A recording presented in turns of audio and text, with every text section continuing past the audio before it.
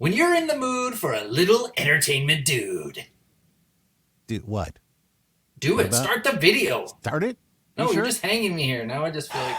I'm sorry. This was a really bad intro. From Los Angeles and Nashville, get ready to go behind the scenes with Entertainment Dudes. What happens when you pair a director, a voice actor in a world, and some of the most interesting people in entertainment? You're about to find out. You're about to find out now. Yes, you sure are. Welcome to another exciting episode of Cam's Chest, wearing our beautiful merchandise at Entertainment Dudes. Where can you pick up that incredible merchandise, Cam? Go for it. Merch.entertainmentdudes.com. I swear you will. And as I wash it, every time it gets softer and softer. At this point, it's almost like silk. It's so smooth. It's just like when you slip it on, it's luxurious. Yeah, it's luxurious. It drapes over you after you shower, you know, a little baby powder and just... Wow, I think we just lost half our audience, Cam. Nice job. All two of you, come back. Come back, guys. We want you on the show. You know what else is, speaking of silky smooth, you know what else is silky smooth? What? Hair. Luxurious long locks of hair. And there are people in entertainment whose job it is to make sure that our actors and actresses actually look beautiful. They make hair. They style hair. They put little holes in people's heads and fill those holes with hair. Some people's heads are filled with hair. What? They put holes in people's heads? Yes, they stick holes in their heads and add extra hair. Well, maybe not the actor's head, but there is a head. And we have somebody who's actually very, very insanely talented at doing this. Yeah. And we're excited to have her on the show today. It is Ashley Ross. And she's going to tell us a little bit about what goes on with... Here she comes. It's Ashley Ross. Here she comes. Oh, that's my cue. cue. Puts holes in people's heads and puts hair in it. Okay, before we start out, I've always wondered, Ashley, were you responsible for this? Oh, okay. I wish. I wish. Wait a minute. Okay, so sometimes, occasionally, Ray needs to trim her wigs and just decides that she's going to use me teamwork makes the dream work. I don't know. I think I look kind of elfish. I think I'd make a good elf. Dye my eyebrows. You look like Nelson. Yeah. Remember Nelson Mandela? I don't think I look anything like Nelson. him. No, my hair is much, much longer than his was. I think that's the only difference. Oh, okay. Yeah. Nelson. So, Ashley, welcome. Welcome to the show. We're so excited. Thanks for having me. Yes. So, exactly, will you describe for us what you do day in and day out for when you're on set? Like, what are you required to do when someone says, I need hair? You've heard every request on the books. I know this. I've had some interesting stuff for sure. Mostly, so I started out hairstylist behind the chair. I still am a hairstylist at a salon, on my days off or whenever something comes up, whether it's from a special effects shop or from a sculptor, something for a private collection. I'll get the photographs of what they're trying to do. They'll give me the silicone head or the life cast of the person that's been run, if they're going to die in a scene and they're going to blow the head up or cut the head off or whatever, anything that involves the kill shot. Usually every time they shoot the kill shot from a different angle, it's another head. So if you see it from two different angles, that's two different fake heads. If it's, 3 angles, I think the most I went up to was 4 angles, where I had to do 4 duplicates of exactly what the actor looked like in the, right when they're going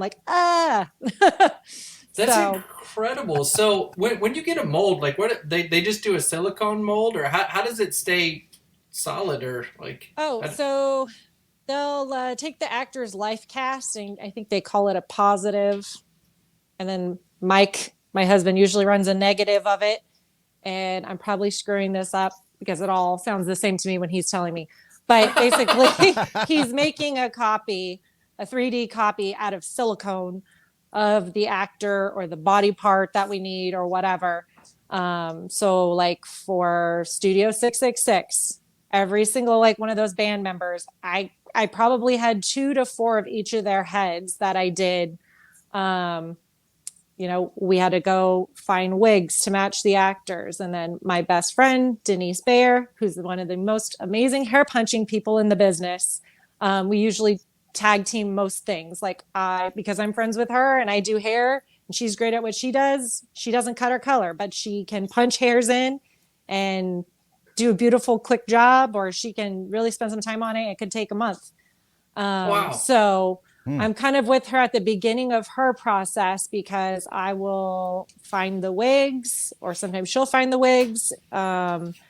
Sometimes I get clients at work to donate me hair when they've grown their hair out. They're like, hey, when I'm ready to cut this, like, you can have my hair, because I've talked about this enough times. So I have clients that donate hair, and then when I use it, I let them know, like, hey, it's used in this movie, in this scene, like, that's your head with your hair on it.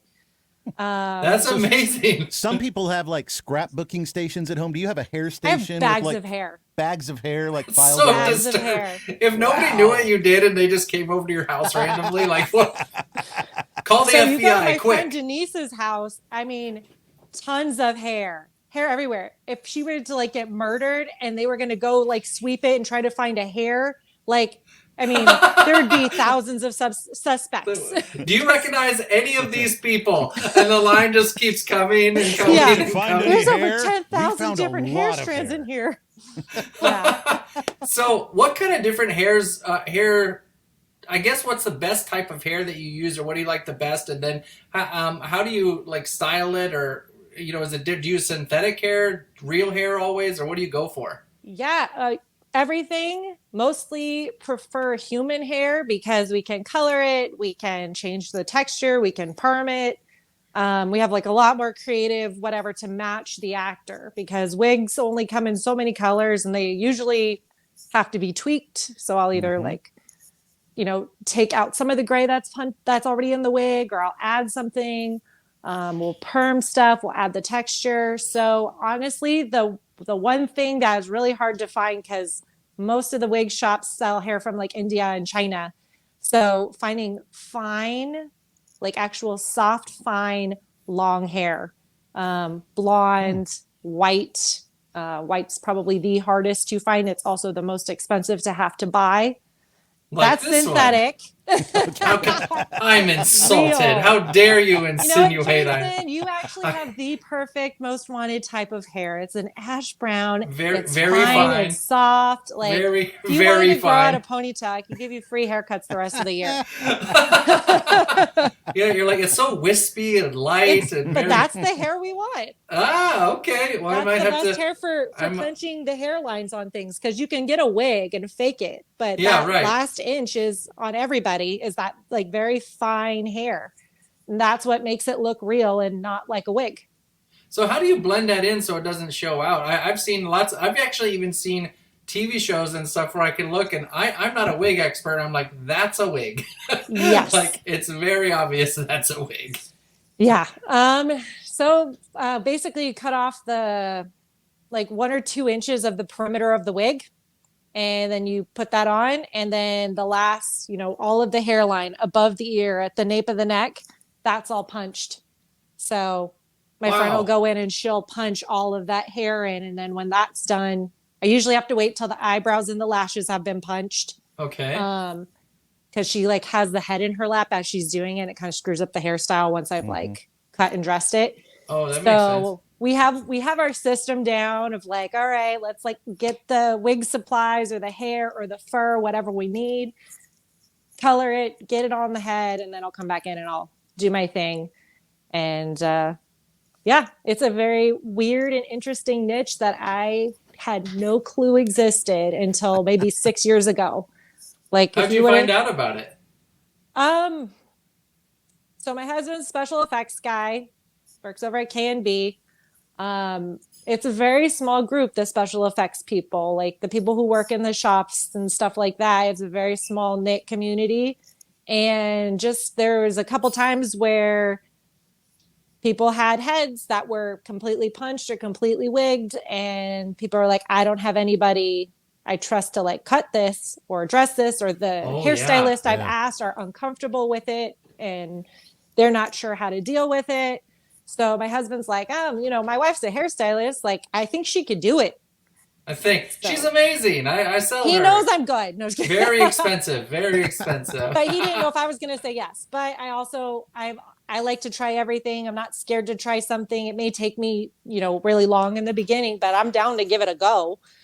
So my first job was a piece by Nick Mara, who's an amazing sculptor, like next level stuff. Like it looks like whatever he did is right there in the room with you. So his first thing that he was comfortable letting me touch was this Claire Forlani head. And we have a picture of that. That was my first job ever doing this weird thing. Yeah, that's amazing. So this is the face. That's the guy who created this head, this bust, right? Yes, Nick Mara. Geez, it looks just like, it's so crazy how lifelike that is.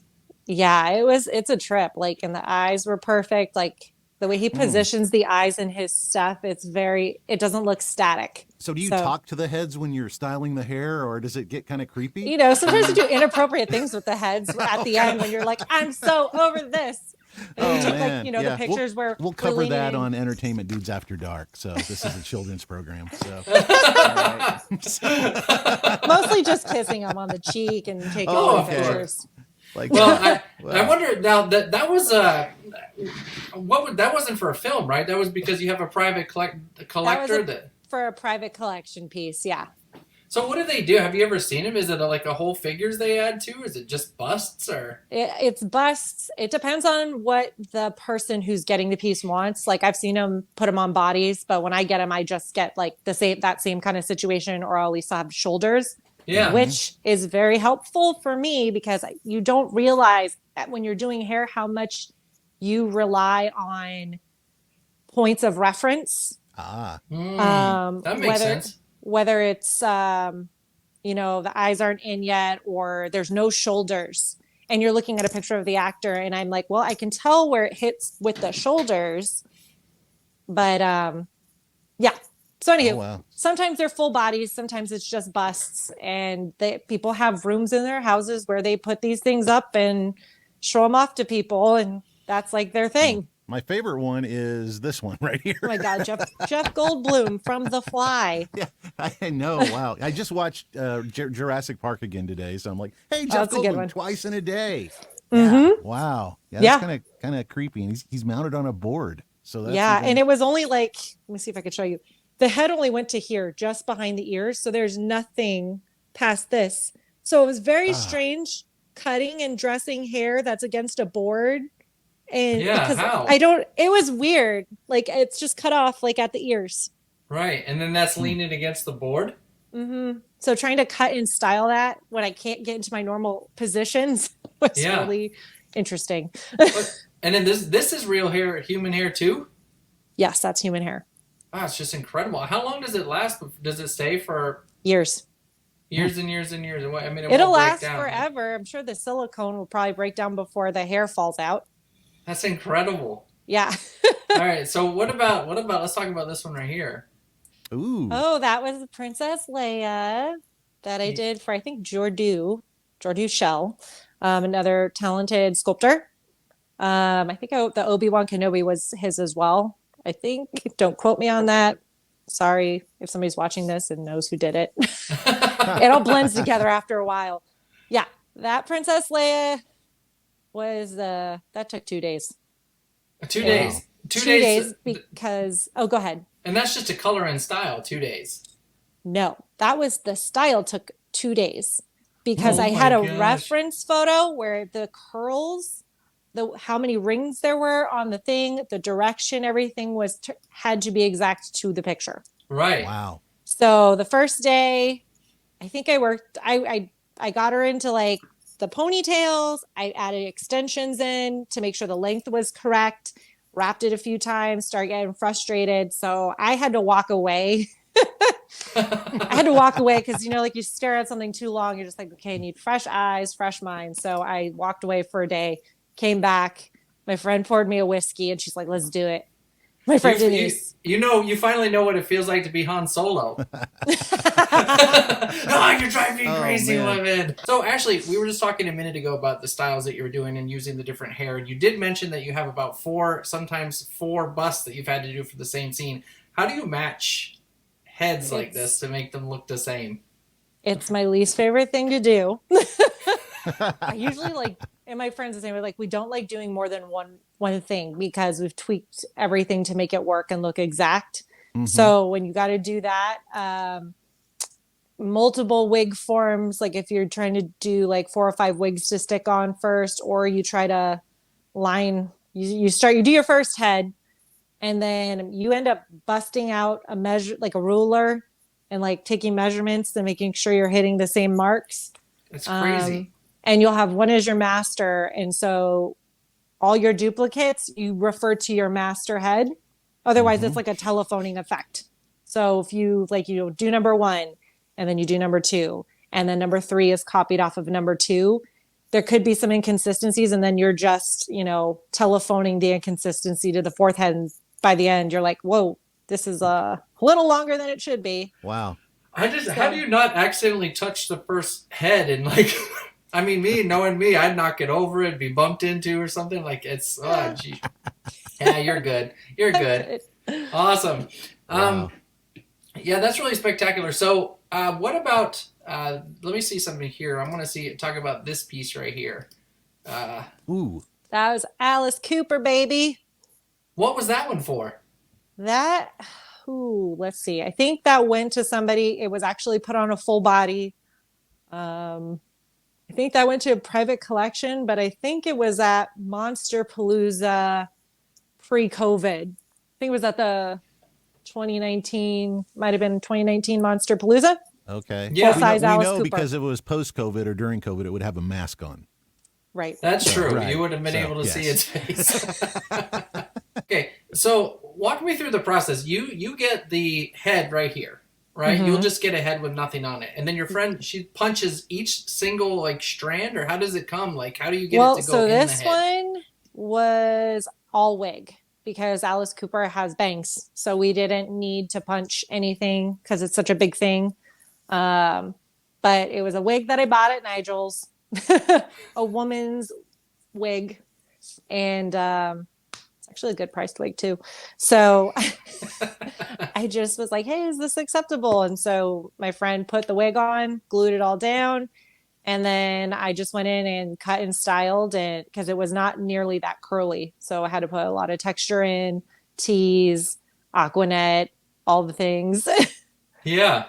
But yeah, it's incredible. But they had to punch the eyebrows and the lashes. And I think there's stubble on it. I don't know if that was painted sometimes when there's stubble, depending on what the budget is, we will, like my friend, she'll punch all the hair in and then shave it off or shave it really short so you can have that perfect stubble that's not painted on, because that's another way you can cheat it is you can, paint the 5 o'clock shadow onto something depending on how closely it's going to be shot. Yeah, I would say it doesn't look as real. You can almost always tell. Mm-hmm. Except for a long distance. Yeah, I guess if you're doing a long distance shot, it doesn't matter. Yeah. But if this is something that, people are going to look at, it's going to Monster Palooza, Son of Monster Palooza, or some type of trade show. And people are going to be up close and looking at it wow, somebody punched the freaking stubble in. Wow. She'll punch nose hairs. You're not really going to see the nose hairs, but she's when they pull that thing out of the box and they look at it, you're going to see nose hairs. So how do you donate nose hairs? I'm just curious. I really want to know for our viewers if you're really interested. You're looking for nose hairs. How is she's like this? Touch that. Or ear hair too. So ear hair and nose hair. She's done that. She's punched those in. Oh she's got little boxes dedicated nose hair, ear hair. We've got skunk pelts and all kinds of little animal pelts for things because sometimes you need hair with a tapered end. You can't just use cut hair because the end's too blunt. So on an eyebrow or on certain things on the face, you need something that has a tapered end. So we use some fur, which I usually find in Texas when I go there to do hair. I get my furs and I bring them back. That's gonna call PETA on me now. Hey, so what is the difference as far as working on a real person and working on one of these lifeless figures for a movie? I mean, are there any precautions that you have to take or anything different that you have to do? You know, could a regular technique that you use absolutely ruin the? Oh, for sure. Yeah. So what happens there? What do you have to watch out for? Like on a person, the haircuts are a lot faster. That's for sure, because it's easier to move the head around. Like you can have them tilt their head down, all that jazz. When I'm doing stuff for film or for like art pieces, a haircut sometimes will take me 2 hours, or 2 hours if I'm kind of trucking along, if it's a men's haircut. Sometimes I've done intricate hairstyles and like fashiony stuff that, takes 6 to 8 hours, and I split it up in a couple of days. But the good thing is with doing that, I can sit in my house and put on some shows and enjoy some White Claw and do my thing and just get into the zone and do it. Where, sometimes, you don't feel like talking to your client. I'm just kidding. Yeah, especially in my case. Jason, you always have me busting up in stitches when you come in. We do have a good time. I think the whole salon looks forward to when you and Ray come in. It's just laughter everywhere. And often we duo that together. Like, it's like, so what do you have to do when you have this type of hair and you need to do a cut? Hey, those cat whiskers are quite useful with punching. You need to do a nice trim, maybe on the back hair here, Totally. So little highlight action. What are some things that you think you learned in this process? Obviously, you have to be a doer, really, to kind of, like, you have to be okay with being a doer, I'd say. Yeah, there's really no manual for how to do it. It's kind of word of mouth, or if you're just a well-rounded hairstylist, like you can do a little bit. You're not afraid to perm. You're not afraid of men's cuts. You're not afraid of a razor cut. You're pretty accurate with a clipper. If you're a well-rounded stylist, this is something you can easily kind of like, if you can make some connections in the special effects world. Hairstylists in the special effects world, it's very, it's not oversaturated at all. I'm busy because there's really not any competition. And I've been doing this for a while now, so I have little tips and tricks to not screw things up or, go a little slower or kind of think outside the box, because there's not like a price sheet, like learning what to charge for these things. Like it's not the same as doing it on a person. It's for film or it's for an art piece and there's a tight budget.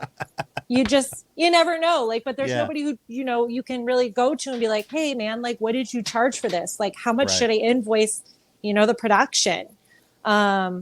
So, and then they don't really know either. So sometimes you throw in a bid or, you tell them like, hey, it's going to be this much. And sometimes you're like, oh my God, that's amazing. And other times you're like, really? And you're like, yeah, really. My time is valuable. Yeah. But it's just kind of like a path that's not really been tread. So there's nobody to like really hold my hand or tell me like, hey, this is how you do this and this is how you do that. I'm really kind of been figuring this out along the way and asking them like, what do you guys think is fair? Like what's, how much time do I get for this? And, you can't have fast and amazing and cheap. Like you got to pick pick 2 out of 3. I know that you're really, really self-motivated, and I think there's that kind of piece whenever you're doing independent contracting or you're working for yourself, you have to have those tools. What would you say for someone who is really, like, what aspects to get started in this if you're a hair salon? Like, what kind of things do you have to have, what kind of tools do you have to have if you're going to begin to try to make this transition that are, like, must-haves? Like actual physical tools or like the mental tools? Both. Let's go both. Let's go both, because I think you already hit on it. One of them, just how do you even figure out what to charge? Right. And then then just actual physical tools. So physical tool wise, the bare basics, like you need a canvas wig block and you need something that is, they sell all this stuff at Nigel's. So I've gotten most of my wig stuff from Nigel's and I've just kind of accumulated it. I love Nigel's Beauty Emporium. But having, there's very small curling irons that you think nobody would ever use. That is one of the biggest tools that I use all the time, way more than a large curling iron. It's a very small one. And my friend has a flat iron that's actually used as like a lash curler. It's from Japan. It's you can't even really find them. Nigel sells, I think, one of them. I haven't decided to invest in that piece yet, but I'm going to when hers dies because I borrow hers a lot. But and you might be the one who kills it. I could be, and then she's like, "You better buy me another one." But that one tool that will make or break your finishing product is having this. It's a couple millimeter wide flat iron, because when you're using a wig, you can really lay the root down, like at the root, depending on like how it is tied. You can really like get the bulk out of a wig without having to cut too much out. Sorry, Denise, I'm giving away all your secrets. No, I'm just kidding. But basically, you need a pair of decent scissors that you are not going to use on your normal clientele, because the synthetic will kill your scissors. And just having basically separate scissors, separate thinning shears, tons of feather razors, canvas block, and a small curling iron. And if you can get your hands on it, tiny flat iron eyelash bender. Those would probably be the biggest tools to have. Do you ever use tweezers? Yes. I was saying that had to be, I imagine, like... Yeah, you could like pick the part, pick the hairline, create some baby hairs. Are you on set as well? If it happens to be for a TV or a movie, are you there to keep it? Yeah. So I've been to set. I've done not like a ton of big production, but I've done enough like music videos and independent film stuff where there were wigs involved, or like having to preset wigs ahead of time and then putting those on. Learn how to lay a wig. Learn how to lay down some lace. There's a lot of good TikToks on it, believe it or not. I think what else? What's on? I want to see this one real quick because I think it's pretty friggin' cool. Yes, this is amazing. OG Obi-Wan. Yeah, that was awesome. How did you? I think Denise like punched. She might have punched that whole head thing because his hair's so fine you can see through. Because he's an older dude. Yeah. So that I think the entire head had to be punched, and she punched all that facial hair, the eyebrows, and then I went and cut and styled that. It's incredible. It's really incredible. So that beard's real hair too, right? Like you talked about. 100%. That's amazing. Yeah. Now on the differences, do you actually dye it, or do you have different colored hair that you put in? Or we have we have different colored hair, and like as she's going along, she'll usually like chalk out where she wants the color variations to be. Right. So we're gonna do this here, and then we're gonna gradiate into this next color and gradiate it back out. Wow. So she's painting one hair at a time, and she's putting them where they need to be. And that's amazing. I paint the hairs ahead of time, so she's got options on her easel. Yes. Let's see. What's I want to see this one here. Tell me about your shop. So this is what you've got right here in your shop, right? That's my buddy's shop. That's Nick Mara's shop. Okay. Okay. So over at his house and doing Mr. Michael J. Fox. This head had been done a handful of years before, so I did not style or cut this original thing, but it needed to get refurbished. So I think the person who owned it was like, hey, he needs a little zhuzh action. So I went back in and I kind of fixed a few spots, thinned some stuff out. So I would just want to naturally lay a little bit differently, and then restyled it back up. So it's good to go for another like maybe 2-3 years. That's amazing. I didn't realize there was that many people who collect busts or heads like that. I didn't think that would have been like a. Yeah. I didn't know if that was a regular thing. There's a group, and a lot of those are kind of like I think all those Star Wars pieces might have been for the same dude or same. Oh, wow. It's like two dudes that are like super into like these ultra realistic pieces, and they've got quite the collections. That'd be incredible to see that. Obviously those are his private collections, but all right, what about this one right here? Oh yeah, my little Pennywise maquette. I think that was for Steve Wang. So I think I've done a handful of those. Now I noticed in the movie he had a hairline more hard, like a harder hairline in the actual series. So how do you do a hairline like this as a wig in the series when it's a hard hairline? Is it easier or? No, it's this way. It's incredible. This is actually a hard hairstyle. That one is on a tiny head, so it's like, maybe this big, and it was all punched with yak, I believe, or angora, so it fluffed really nice. I've done the full size ones, which are just a nightmare.